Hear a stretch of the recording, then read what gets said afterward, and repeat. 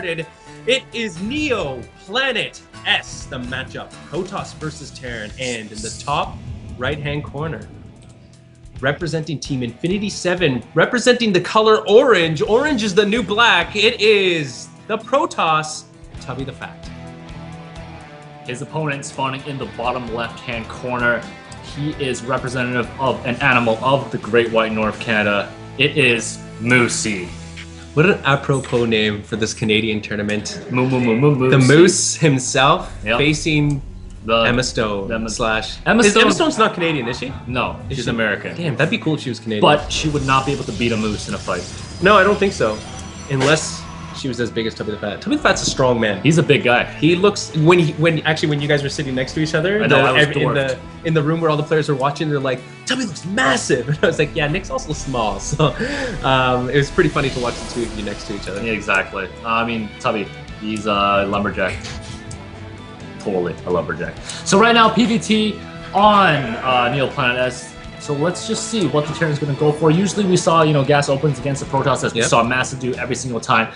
Will Moosy's playstyle be a little different? Let's have a look. Yeah, we'll see. I mean, Massa decided to forego the Reaper just to get something like a fast factory and moved into Starport. He preferred to do that play, completely not worrying about anything like the patches provided. No Banshees, no Hellbats, just straight up bio drops and maybe one Widowmine. TubbytheFat, just playing this very standard. I don't know what this song typical is. Opening.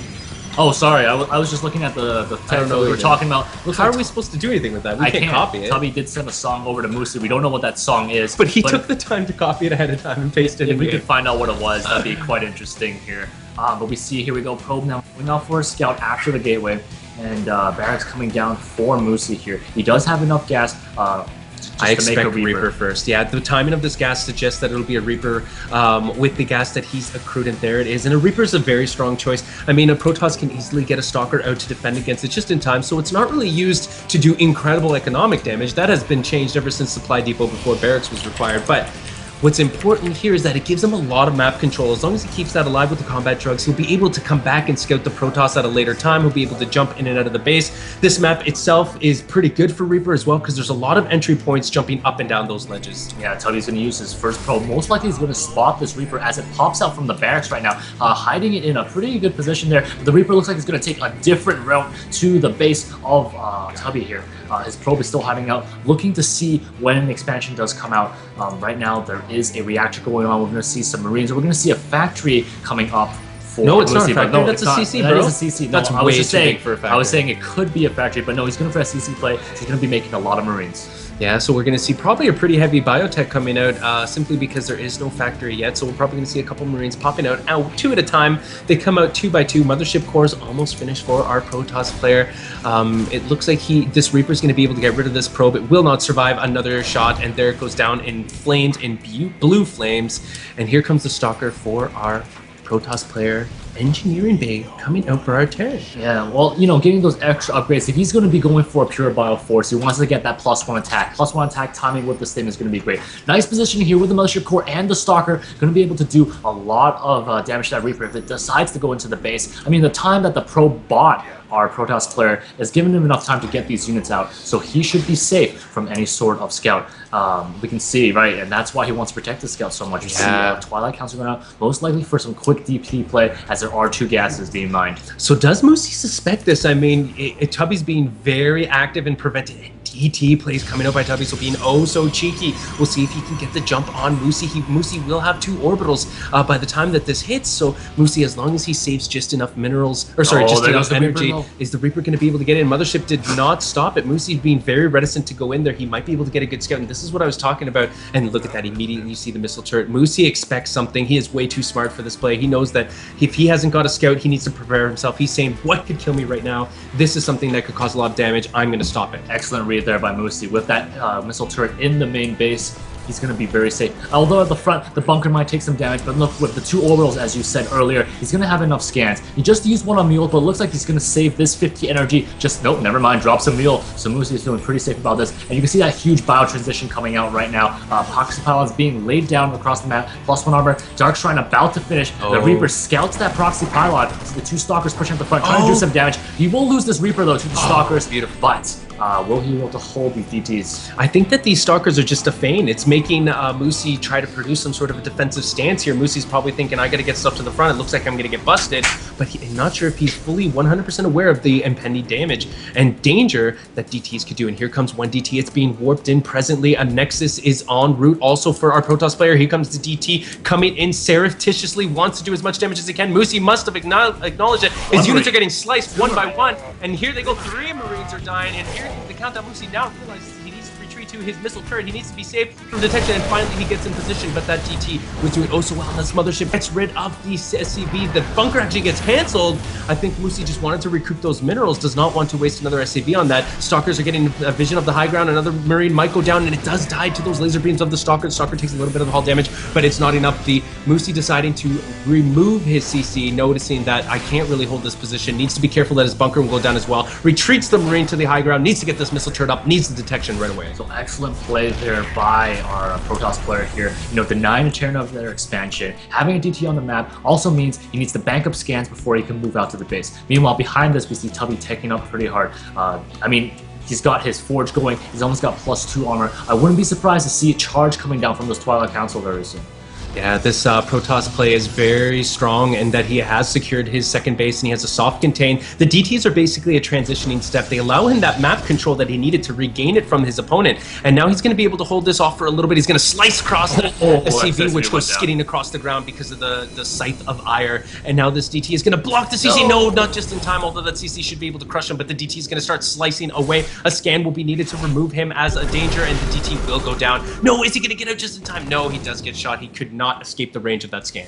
So with that being said, you can see how delayed the Terran expansion has been right now, not even saturated at this very moment. We see the worker transfer, not even much of a worker transfer, just one worker going transferred down. A lot of Marines on the map now for Moosy. There we go, there's the charge I was talking about earlier. So he's going to be able to have some great engagements if he meets the Terran army, you know, outside on the map. So if the Terran decides to push and there is a fight somewhere on the map, he's going to be easily surrounded by the charge lots. And that armor is going to make those Zealots oh so beefy and oh so difficult to take out. These Marines are basically just going to be mosquito bites on them as they charge forward and slice their way through the Terran ranks. That proxy pylon is also still there. I'm sure it'll get sniped eventually, but we do see more DTs are being warped in. Is there actually a turret at the natural to defend? Yes, there is. So Moosy is completely aware that he'll be able to defend against this, and there it goes. That a good play by TubbytheFat to make sure he doesn't lose that DT. He's going to need those DTs for Archons later on to accompany his charge lots. He needs that splash damage, and that's where it's going to come from. Yeah, you see the +2 armor almost complete. Also, it seems like the charge is almost complete. A couple more gateways coming down, ramping up the production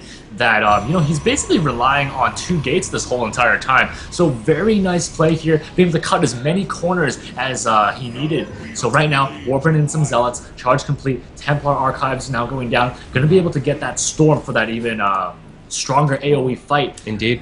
And it'll also give him that versatility of being able to produce Archons with a little bit less cost because the DTs are very difficult. It looks like TubbytheFat's game just did lag a little bit, so we're just waiting for him. We'll see what exactly is happening with his computer. But, I mean, with the Take Command ability now that has come out with the new Heart Swarm, he can easily get back into the game very quickly. What does he want? We're going to go to a waiting stream, guys. We're going to fix this issue, and we'll be right back.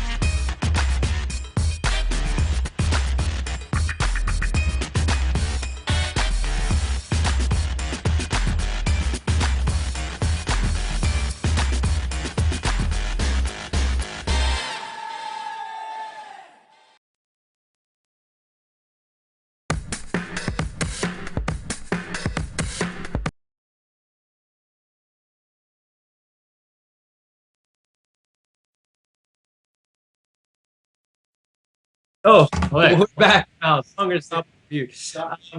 What I wanted to do is I wanted to come back and because I noticed some chat in the chat, and it's really hard for me to type and think and do things because I am an idiot. So what I wanted to do is I wanted to come back and address some of the stuff in chat. Guys, thank you so much for your kind words. We're super excited to put this together, and we think that we can make this bigger and better next time. We know that this is the first one, and it'll only get better from here. So thank you for the support, first of all. The second thing I want to do is I had no idea that Huck tweeted. That's super cool that he said cool. Yep. And So cool. yeah, the reason why I said to tweet them is because if we let big, like huge names in the esports scene know about this, hopefully this can we can attract people outside of Canada as well. But in the meantime, we got 8 amazing players locally that really they when we didn't have this prize pool. They stepped forward when we said we're hoping to get 650, and they were like, "Yeah, I'll do it. I'll anything to promote esports." So these guys deserve all your love and admiration because they really put themselves out there to support esports and support the scene here. And then just turning it into a $2,000 prize pool was gravy. That they're just like, "That's super nice. I'm glad that we get this,"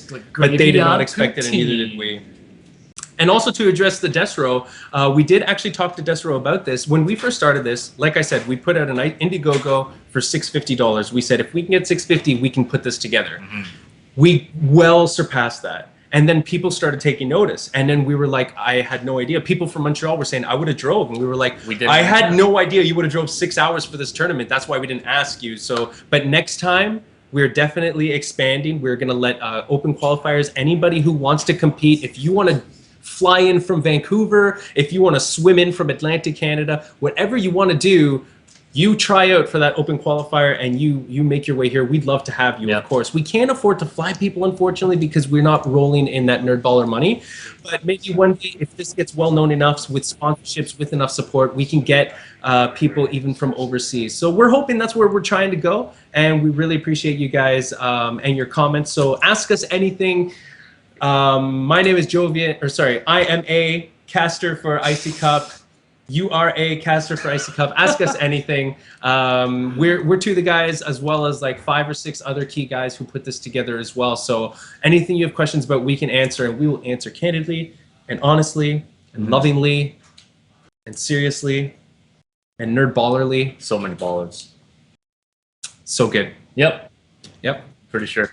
So right now we're just waiting for our players. We're gonna try to do this recover game thing. Oh, we should tell them what happened.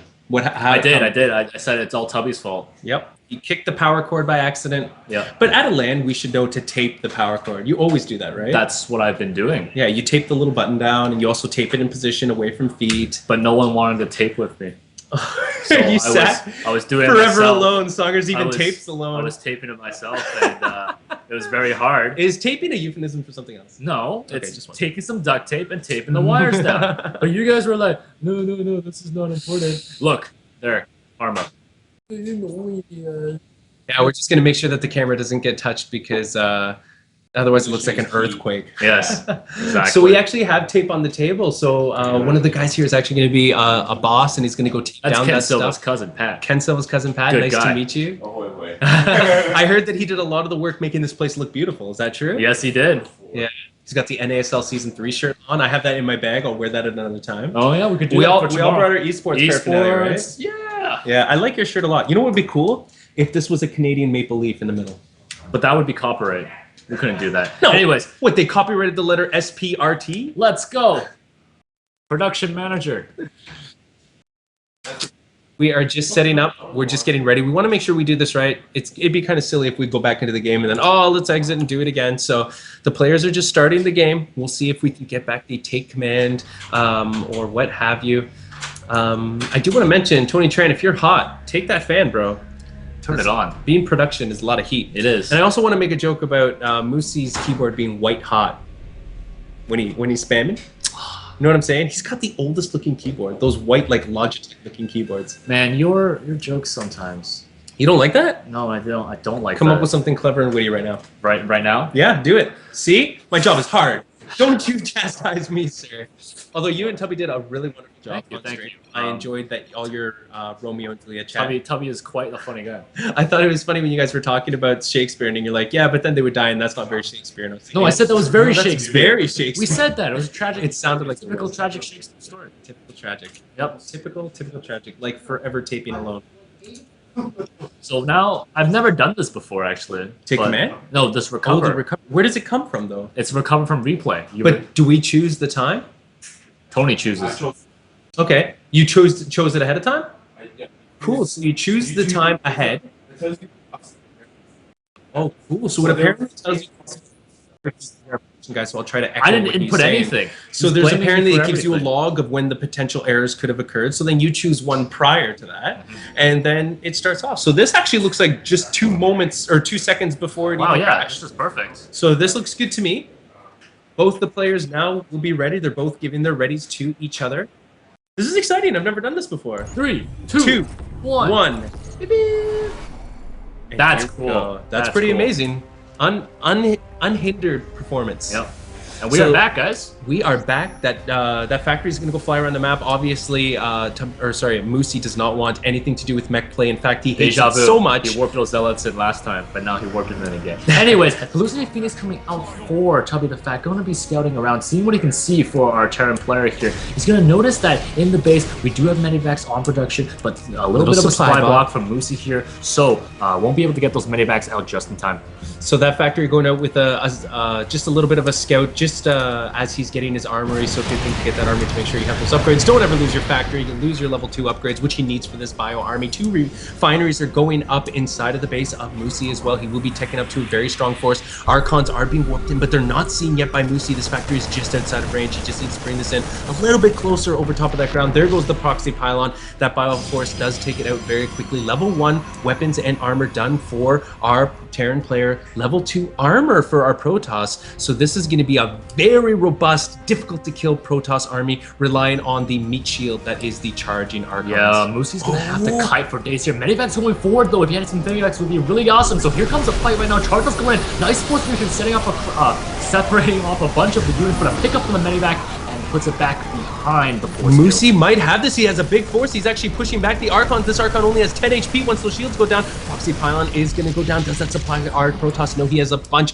of supply buffer. He needs to turn on that Photon Cannon. Good force fields to make sure that these units can't attack. This is exactly what he needs to do to whittle down this force. He knows that his army is pale in comparison. Level 3 armor is almost done. He might be waiting for that timing, but he needs so much more damage and AoE to get rid of this huge Bioforce sitting, looming, impending outside of his base. I mean, right now he's an unbreakable shield, but doesn't have too much attack. Trying to warp in some more zealots, but the +3 armor almost complete. None of the force are delaying the push just a little bit more, so great force movement. There comes the zealots reinforcements I need. +3 armor is done, and now Tubby's gonna wait for the charge. Look at this army just running the force. We're gonna get through somehow, and here we go. Here's the charge, here's the attack. These zealots are gonna live forever right now. More that's being warped in from the side, but the army for Moosy just standing strong and just DPSing down everything that Tubby is throwing at him. He's just basically pushing his way forward, boring forward like a moose, just bulldozing his opponent. He is shooting everything in his sight. There's no more army for Tubby the Fat. This Nexus is in danger. These units are very low. There's no more energy on a medevac. Stalkers are Zealots are being warped in to charge forward for Ire. Will they be able to slice their way to victory? Photon Cannon getting in on the action. These medevacs need to heal up. The rest of the Bioforce has been cleared up.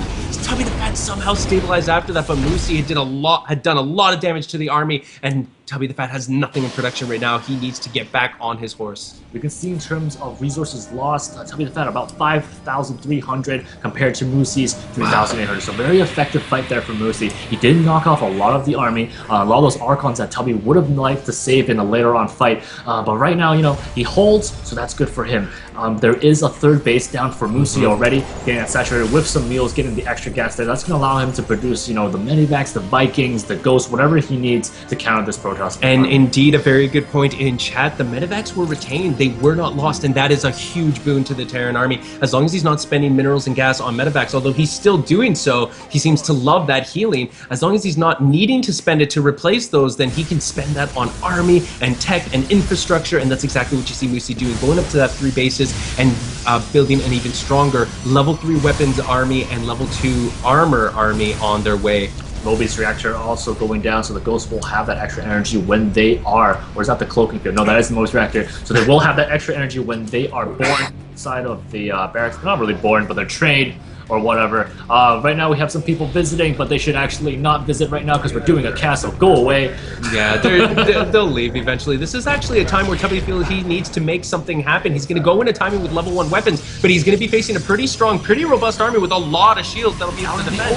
We're going to see if he can actually get a good surround. A little bit of a split coming up by Moosy, maybe anticipating some sort of storm play. A scan will tell him exactly what he's dealing with. The Tubby might feel comfortable enough to deal with this. He is trying to get a bunker in the front. Will it actually go up? I don't think so. Nay, it will get shot down. These zealots are going to try to slice it down, and they do. These units are going to get away from the concussive shells. Moosy doesn't want to engage, but he just has a split. Once SCP does die, Moosy is trying to now attack. He's going to make a stand. He needs to stutter step. He's bringing back his units. These zealots, so many zealots being into the meat grinder, but there's so much armor defending against this, and there's too many Archons to deal with. Will Moosy be able to hold? Oh my goodness, the Archons splash damage from Syndication and Manufacturing as well. You can see a lot of Medivacs went down there, so great fight there. You can see that Moosy was trying to build the bunker just so he could mess with the charge bots a little bit, but you know, the bunkers were taken down, and the charge bot got all that surface area they needed, and now the attack is at Moosy's base. Down goes the command center. Moosy has lost his natural CC. A lot of these SCVs are going to die to the Blades of Ire. These Archons are still alive, and there's so many. TubbytheFat has just gone for this 2-base full throttle attack, and he's done a great job, and Moosy realizes he can't deal with it. So game number 1 goes to Tubby. It looked dicey.